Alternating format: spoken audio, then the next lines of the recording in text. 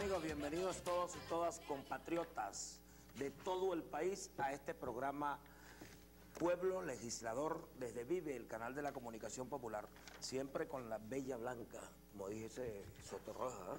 Sí, señor, pero ahora tenemos un invitado importantísimo porque es nuestro, además, jefe del tema de formación dentro del partido, que tiene una responsabilidad enorme en lo que es la formación política de nuestros cuadros, pero es diputado de la Asamblea Nacional, Héctor Navarro. Bienvenido, Héctor. Gracias, buenos días. Bueno, hoy tenemos a Héctor Navarro. Bienvenido, Héctor. Gracias. Bueno, vamos a recordarle a todos los usuarios y las usuarias de este programa su participación a través de la mensajería de texto. Recuerden escribir la palabra pueblo, el espacio, su mensaje al 221. Queremos decirle que no estamos solos, Blanca. Aquí tenemos una serie de emisoras que nos están acompañando. AN Radio Soberana 102.3 FM de la Asamblea Nacional. Y tenemos, bueno, la red de emisoras del Estado portuguesa, de emisoras comunitarias. Sí, señor, la gente de Soberana 92.9, Guanare Urbana 103.3, Zamorana, Productiva 95.9, Éxito 88.5 FM de Acarigua, LW 88.7, Cairós 91.5 de Turén, Campesina 96.5 de Turén, Majaguas FM de las Majaguas, y las televisoras Proven TV, Acarigüeña TV, Guanariteña TV. Guanariteña y Llanura TV. Igual hay páginas web, soberanatv.com y supersitio.net de Soberana TV. Y vamos a incorporar aquí a la soberana del litoral central, Radio Chuspa. Radio Chuspa, que está con nosotros desde el martes. Bueno, mira, en el análisis de coyuntura, antes de entrar al análisis de coyuntura, es importantísimo, o vamos a comenzar ya con el análisis de coyuntura, y dentro del marco del análisis de coyuntura hacemos ese comentario. La coletilla.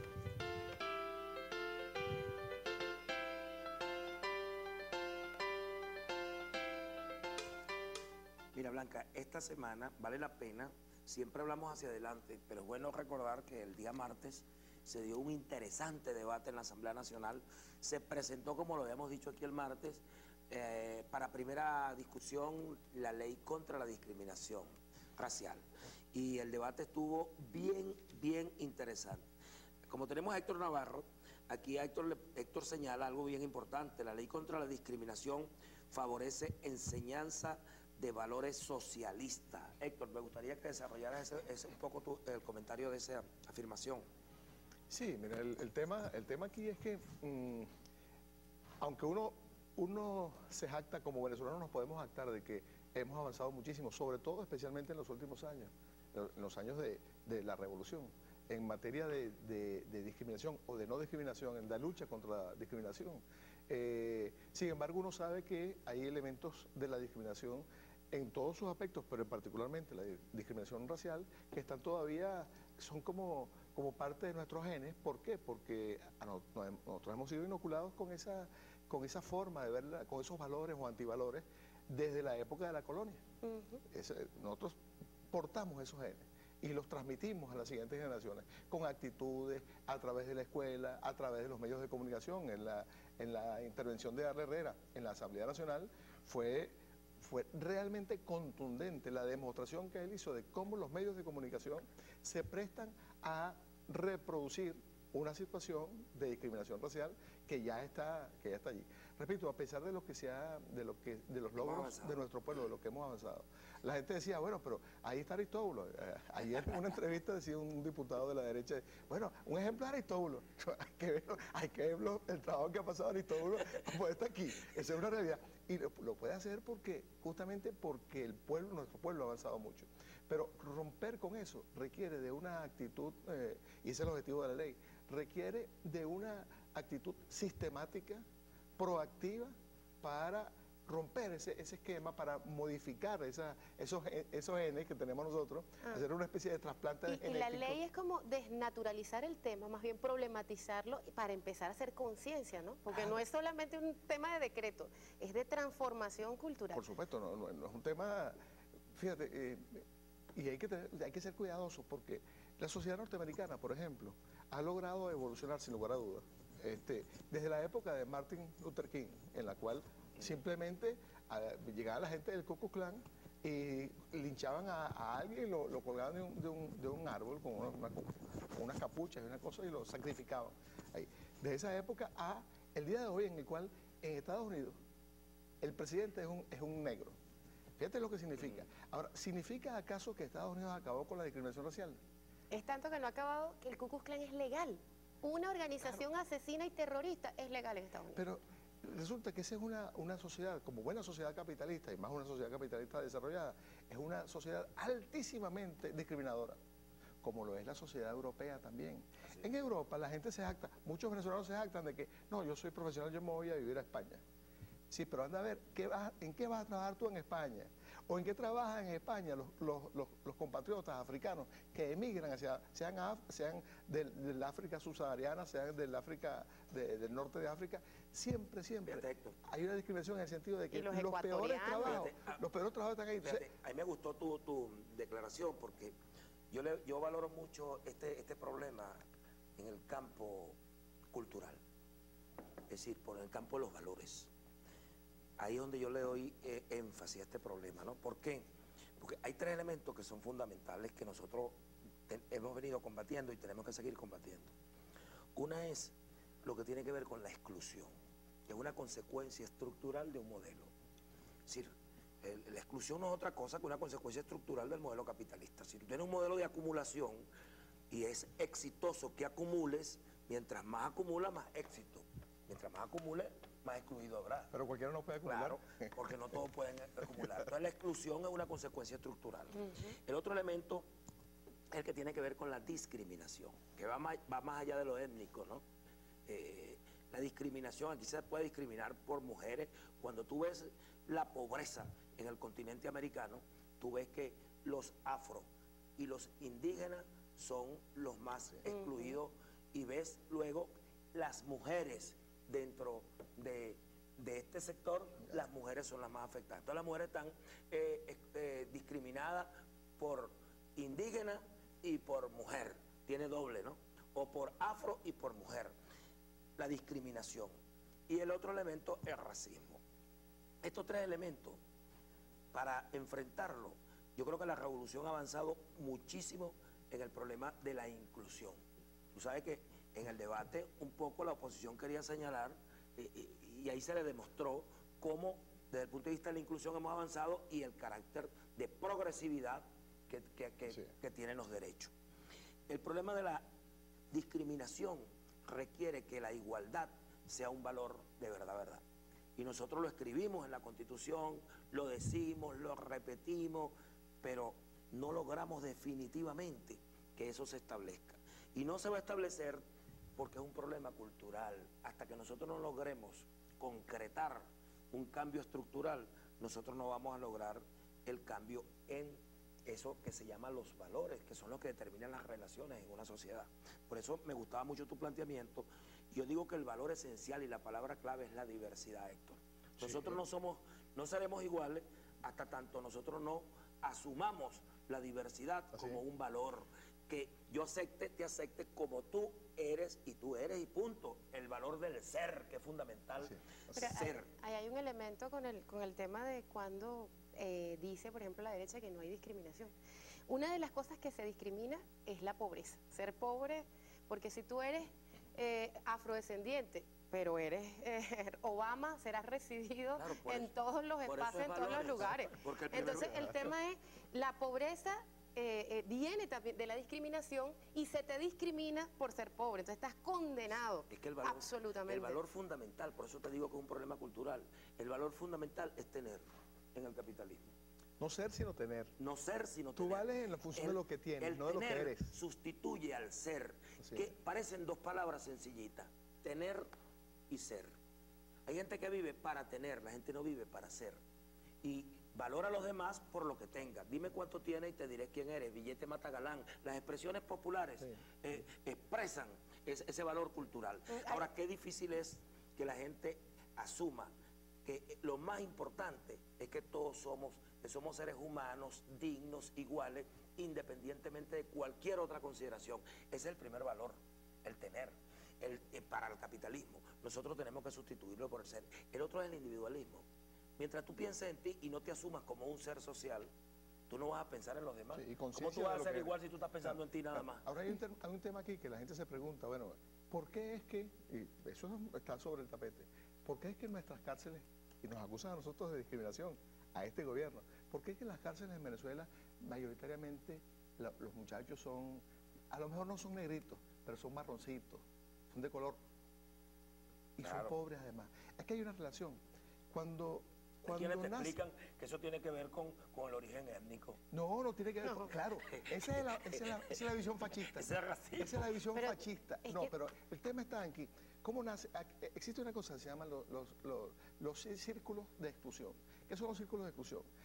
Si tú naces en una familia que está excluida, las probabilidades de que tú seas un excluido son enormes. Claro. Son enormes. ¿Por qué? Porque hay condicionantes de tipo ideológico.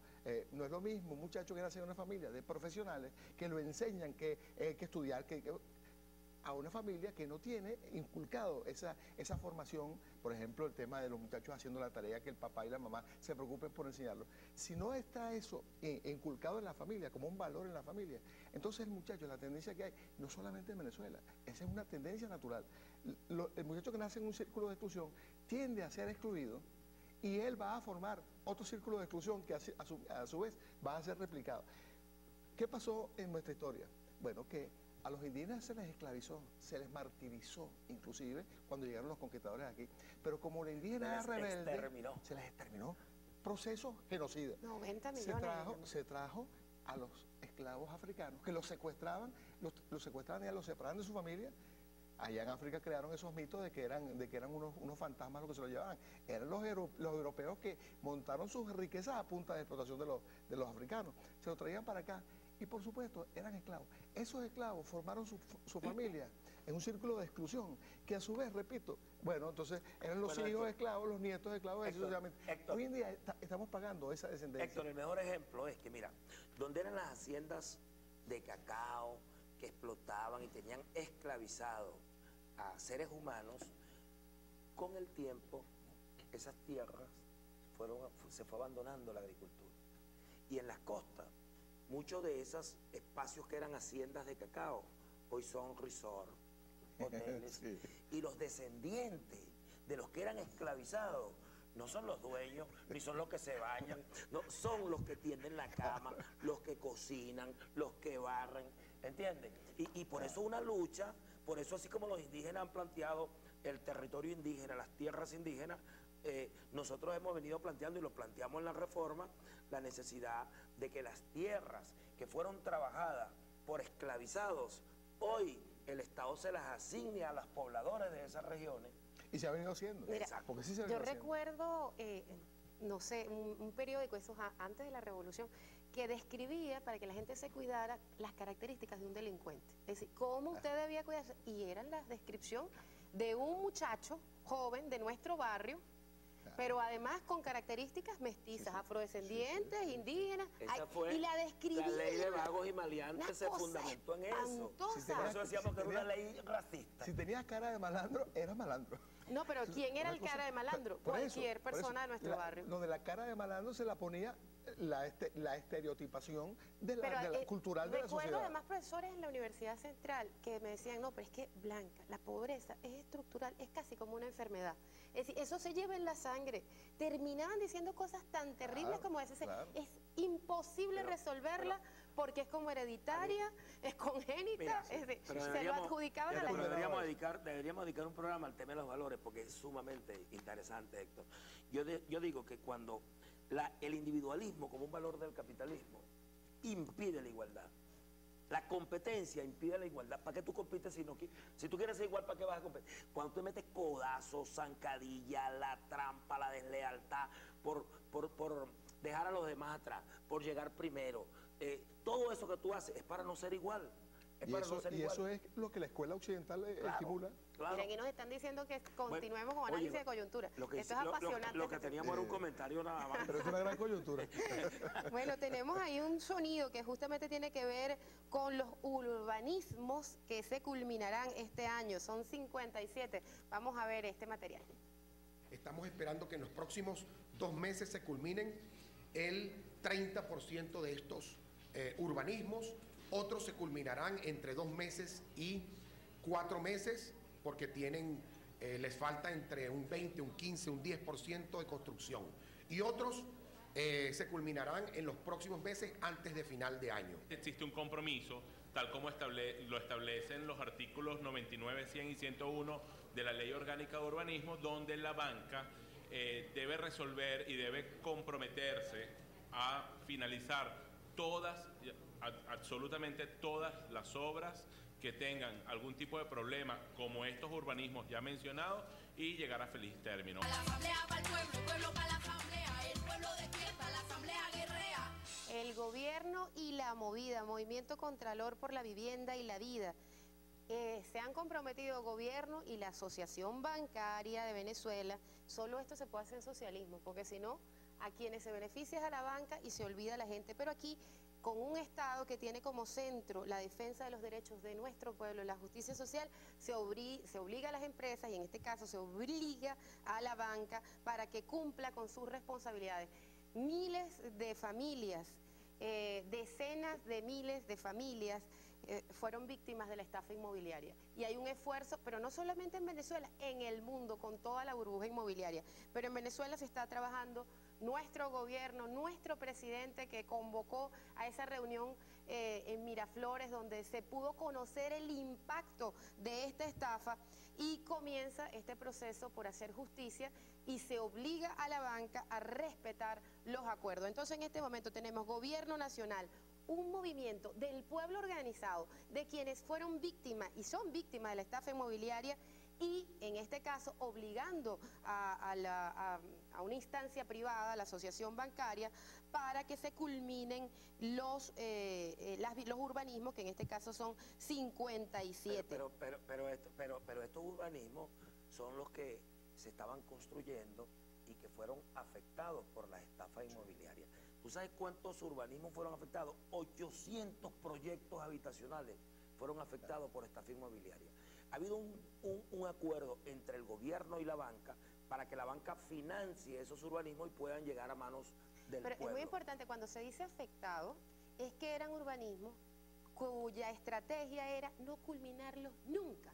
Porque mientras eso estaba en un proceso, se encarecían, se quebraban las familias que habían hecho el primer aporte, terminaban haciendo nuevos contratos. Era una estafa permanente, reciclable, que quitaba a la familia los ahorros de toda la vida y descapitalizaba también al Estado venezolano, porque era una forma de sacar los capitales del Ahora, país. lo que se ha hecho es liberar esos proyectos para colocarlos en manos del pueblo.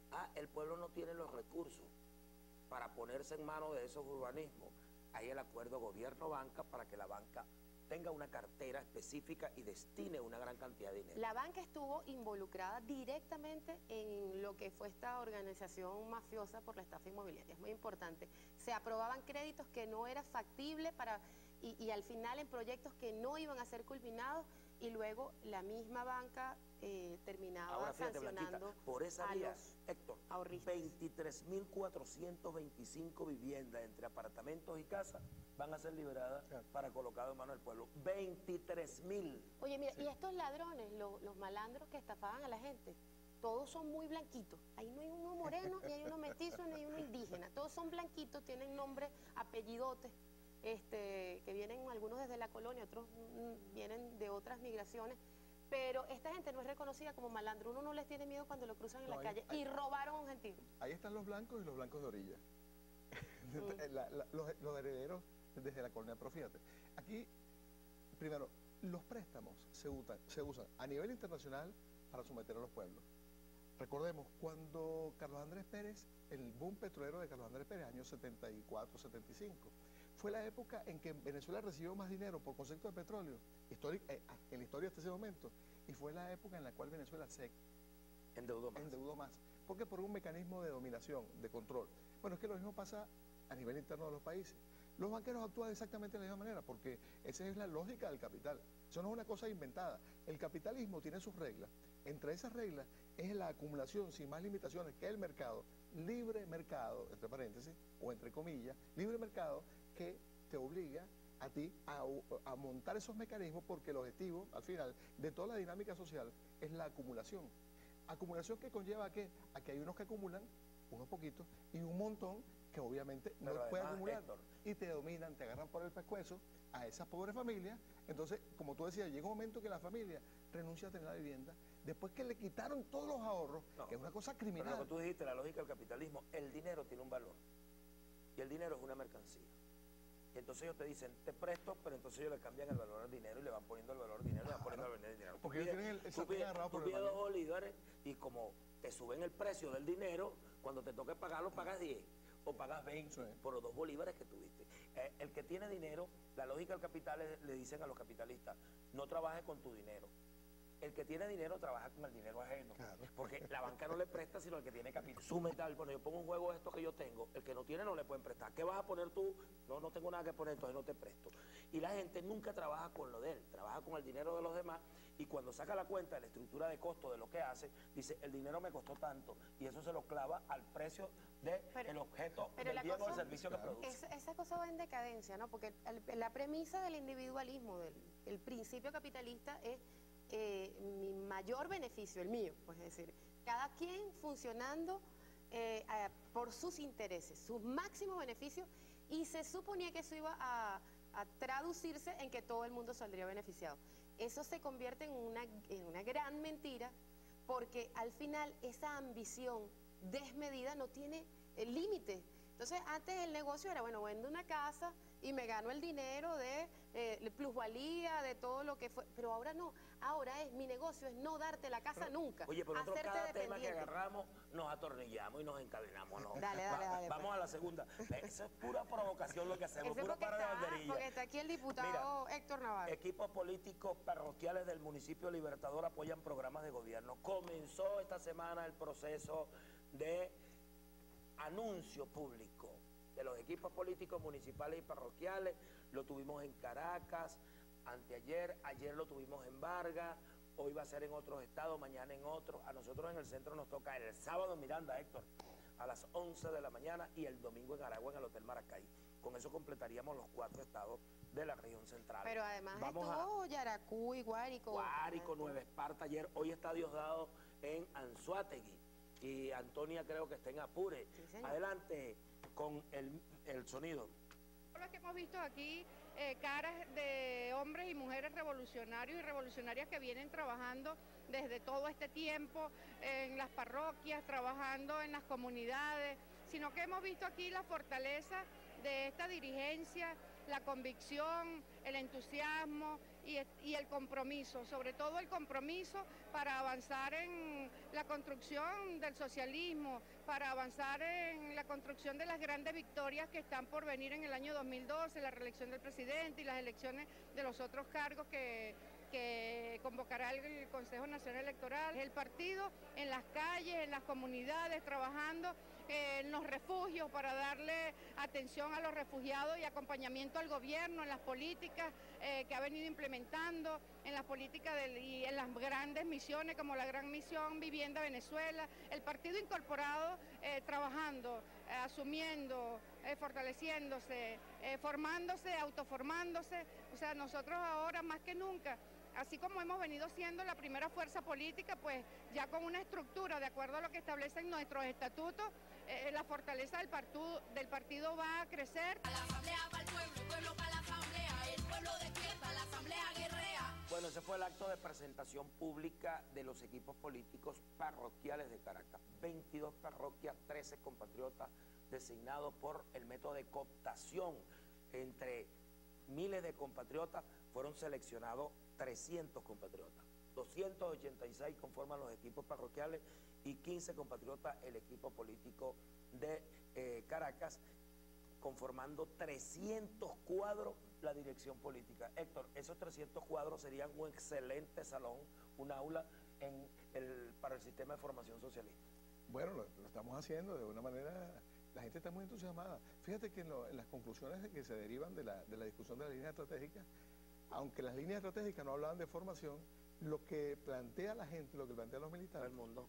más de 1 millón de militantes que discutieron las líneas estratégicas, plantean el tema de la formación. O sea, la gente está consciente, nuestro pueblo y nuestro pueblo militante en particular, está consciente de la importancia que tiene estudiar, prepararse. Cada asamblea y cada mesa y cada jornada de discusión, uno sentía así la voz de la Lupe que cuando cantaba hambre, pero es hambre de ideología.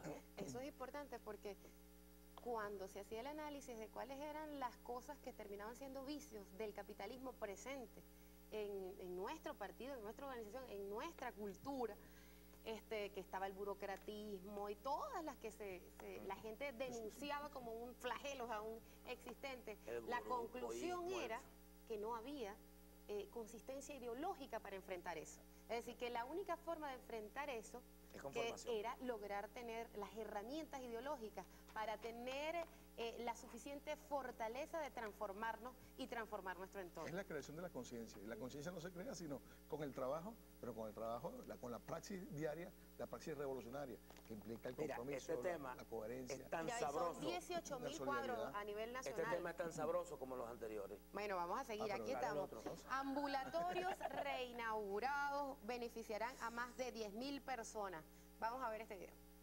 Aquí nuevamente el gobierno bolivariano en conjunto, integrados, como lo hemos venido haciendo la jefe de gobierno y el Ministerio del Poder Popular para la Salud, ponemos en funcionamiento la rehabilitación integral del ambulatorio Nuevo Día, acá en el sector de la carretera Vieja Caracas-La Guaira, en este populoso sector con más de 10.000 personas, en estos momentos van a disfrutar de un ambulatorio total y completamente remodelado, que en el Distrito Capital, el gobierno del Distrito Capital no escatimó esfuerzo para ampliar este ambulatorio que tenía 35 años de fundado. Tenemos una inversión ya a la fecha de 32 millones de bolívares. Eso nos ha implicado la reparación de 14 listos y 4 más en ejecución, son 18 ambulatorios. Además terminamos ahorita, ministra, la impermeabilización de todo el psiquiátrico del IDICE. Y estamos en un 45% ya de una sala que usted nos solicitó, que es la sala de hemodiálisis en el Hospital Vargas, para mejorar eso que el comandante dice, el buen vivir. El buen vivir es una realidad en esta revolución. A la asamblea va el pueblo para la asamblea, el pueblo despierta, la asamblea guerrea. A nivel internacional se disminuyen los presupuestos en educación, en salud, se invierte en lo privado justamente para seguir saqueando a los pueblos. En Venezuela estamos viendo el esfuerzo de saldar una deuda gigantesca del abandono en el que se encontraba nuestro pueblo a partir de que se iniciaba todo un proceso de privatización de la salud. Y la clave del buen vivir comienza por dar respuesta, por satisfacer las necesidades fundamentales de la gente. La alimentación, la salud, y la salud es una de ellas. Bueno, yo quiero felicitar a la gente de la carretera Vieja de La Guaira, Nuevo Días, ubicado en el sector 5 de la carretera Vieja Caracas-La Guaira. Allí se inauguró el 2 ambulatorios. También en San Martín, en forma integral para la atención de pacientes entre niños, adultos y personas, fueron reacondicionados estos 2 ambulatorios, uno en San Martín y otro en Nuevo Día, en el sector 5 de la carretera Vieja Caracas. Hay aún mucho que hacer en el tema de salud, pero hay el compromiso del gobierno revolucionario de efectivamente lograr construir un sistema de salud que le sirva al pueblo venezolano. Para acabar con la exclusión. Sí, señor. Nosotros tenemos, para seguir porque tenemos poco tiempo, aquí algunos comentarios de la mensajería de texto, Aristóbulo.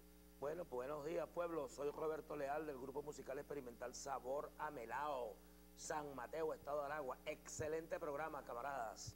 Buenos días. Mientras trabajemos así, como lo hacemos antes de que salga el sol, nunca podrán ni siquiera acercarse a nosotros. Los felicito. Gracias. Pueblo, saludo a Aristóbulo de parte de Iker Acedo. Muy buena la iniciativa de vivienda, pero no deberíamos ampliar a parques industriales. Sí, un componente en todos estos complejos de vivienda tiene que ser, ¿verdad?, la actividad socioproductiva. Aristóbulo, queremos saber por qué estamos trabajando desde septiembre en la escuela y Liceo Simoncito en la ciudad de Nicolás Hurtado, pero no sé qué es lo que te preguntan aquí, no está claro este mensaje. No, debe ser que se copió mal, porque ¿por qué trabajamos desde septiembre? Siempre trabajamos desde septiembre. Pero será en construcción o qué. Será, no sé, vamos a aclarar esto, muchachos. Sigue. La asamblea anterior se olvidó de los derechos laborales del personal venezolano de Barrio Adentro. que acordó defender el día 16/7 del 2009. Bueno, hay que seguir, los compatriotas de Barrio Adentro cada día deben tener más seguridad social y mejor salario, eso es lo que están planteando ellos. Sí. Y efectivamente eso es con todos los trabajadores. Buenos días, disculpe, ¿cómo ha seguido el presidente de su rodilla? Yo le estoy pidiendo mucho al doctor José Gregorio Hernández, desde Trujillo, soy su Yulimar. Por allí vi que Chávez puso lo siguiente: hola mis queridos y queridas camaradas, de nuevo les envío mi palabra de agradecimiento por tantos mensajes de aliento. Aquí estoy en batalla. Fue el escrito que el comandante Chávez a través de su cuenta de Twitter, Chávez Candanga, sobre la misión Vivienda Venezuela dijo: sigo galopando, el registro científico llega a 202.000, en ese momento ya llegó a 600. Chávez, aquí estoy en batalla. Chávez está en batalla, camarada. Y es de verdad un ejemplo para el mundo de lo que es el vínculo de un presidente con su pueblo. La cantidad de mensajes de preocupación del pueblo venezolano, pero sobre todo de compromiso de seguir en la labor y de decirle, recuerdo uno de los mensajitos, presidente, aquí hay millones de rodillas también, pero de rodilla en tierra para apoyar. Ese mensaje estuvo muy bueno, le dijo: Chávez, no te preocupes por las rodillas tuyas, porque tú tienes millones de rodillas para sustituir eso, para que te afinques. Mira, ¿qué pasa con los jubilados y pensionados de CanTV? Seguimos peleando, luchando. Pueblo, tengo un diseño para construir un puesto de areperas móviles. Vamos, esta es una idea buena, ¿vale? Areperas móviles. Otra que sean socialistas. Porque hay que moverse para allá, para la arepera socialista. En La Guaira hizo Carneiro en una parada. Yo me comí una arepita, 7 bolívares. Me comí una pero bien buena, una que llaman dominó. Caraota con queso, pero bien sabrosa. Agenda de la semana.